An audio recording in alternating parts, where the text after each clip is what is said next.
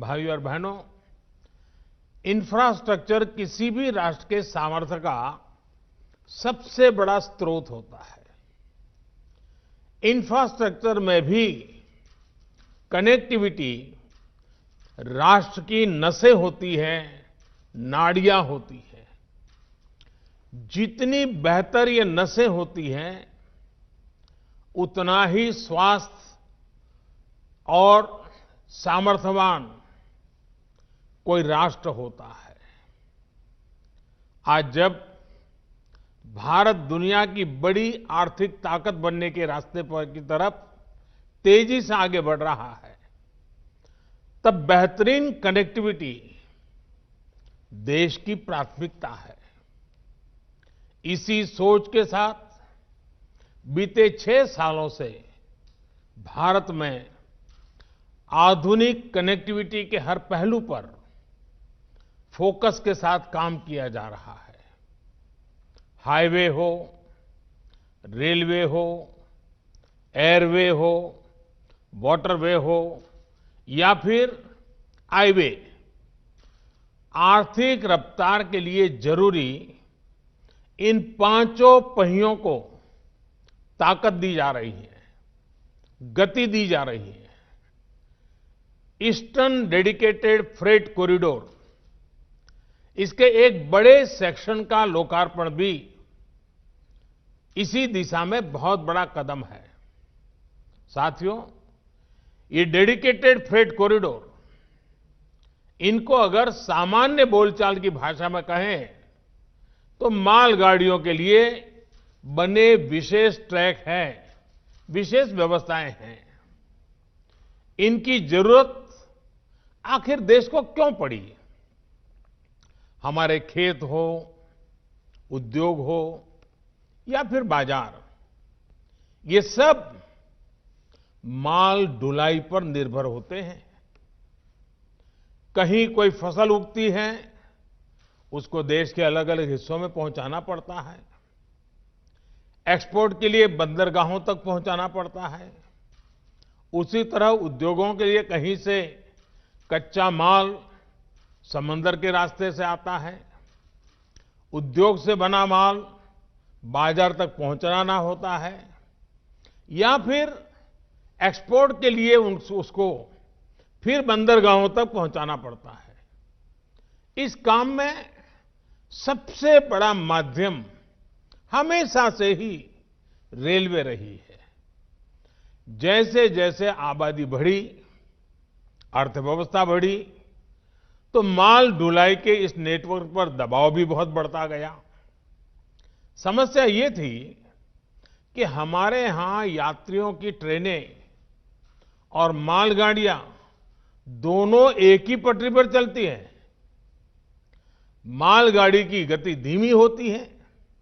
ऐसे में मालगाड़ियों को रास्ता देने के लिए यात्री ट्रेनों को स्टेशन पर रोका जाता है। इससे पैसेंजर ट्रेन भी समय पर नहीं पहुंच पाती है और मालगाड़ी भी लेट हो जाती है। मालगाड़ी की गति जब धीमी होगी, जगह जगह रोक टोक होगी, तो जाहिर है ट्रांसपोर्टेशन की लागत ज्यादा होगी। इसका सीधा असर हमारे खेती, खनिज उत्पाद और औद्योगिक उत्पादों की कीमत पर पड़ता है। महंगे होने के कारण वो देश और विदेश के बाजारों में होने वाली स्पर्धा में टिक नहीं पाते हैं, हार जाते हैं। भाइयों और बहनों, इसी स्थिति को बदलने के लिए फ्रेट कॉरिडोर की योजना बनाई गई। शुरू में 2 डेडिकेटेड फ्रेट कॉरिडोर तैयार करने की योजना है। पूर्वी डेडिकेटेड फ्रेट कॉरिडोर पंजाब के औद्योगिक शहर लुधियाना को पश्चिम बंगाल के दानकुनी से जोड़ रहा है। सैकड़ों किलोमीटर लंबे इस रूट में कोयला खाने हैं, थर्मल पावर प्लांट है, औद्योगिक शहर है। इनके लिए फीडर मार्ग भी बनाए जा रहे हैं। वहीं पश्चिमी डेडिकेटेड फ्रेट कॉरिडोर महाराष्ट्र में जेएनपीटी को उत्तर प्रदेश के दादरी से जोड़ता है। लगभग 1500 किलोमीटर के इस कॉरिडोर में गुजरात के मुंद्रा, कांडला, पीपावाव, दहेज और हजीरा के बड़े बंदरगाहों के लिए फीडर मार्ग होंगे। इन दोनों फ्रेट कॉरिडोर के इर्द-गिर्द दिल्ली मुंबई इंडस्ट्रियल कॉरिडोर और अमृतसर कोलकाता इंडस्ट्रियल कॉरिडोर भी विकसित किए जा रहे हैं। इसी तरह उत्तर को दक्षिण से और पूरब को पश्चिम से जोड़ने वाले ऐसे विशेष रेल कॉरिडोर से जुड़ी जरूरी प्रक्रियाएं पूरी की जा रही हैं। भाइयों और बहनों, मालगाड़ियों के लिए बनी इस प्रकार की विशेष सुविधाओं से एक तो भारत में यात्री ट्रेन की लेटलतीफी समस्या कम होगी। दूसरा ये कि इससे मालगाड़ी की स्पीड भी 3 गुना से ज्यादा हो जाएगी और मालगाड़ियां पहले से 2 गुना तक सामान की ढुलाई कर पाएगी, क्योंकि इन ट्रैक पर डबल डेकर यानी डिब्बे के ऊपर डिब्बा ऐसी मालगाड़ियां चलाई जा सकेगी। मालगाड़ियां जब समय पर पहुंचती और पहुंचेगी तो हमारा लॉजिस्टिक नेटवर्क सस्ता होता जाएगा। हमारा सामान पहुंचाने का जो खर्च है वो कम होने के कारण सामान सस्ता होगा, जिसका हमारे निर्यात को लाभ होगा।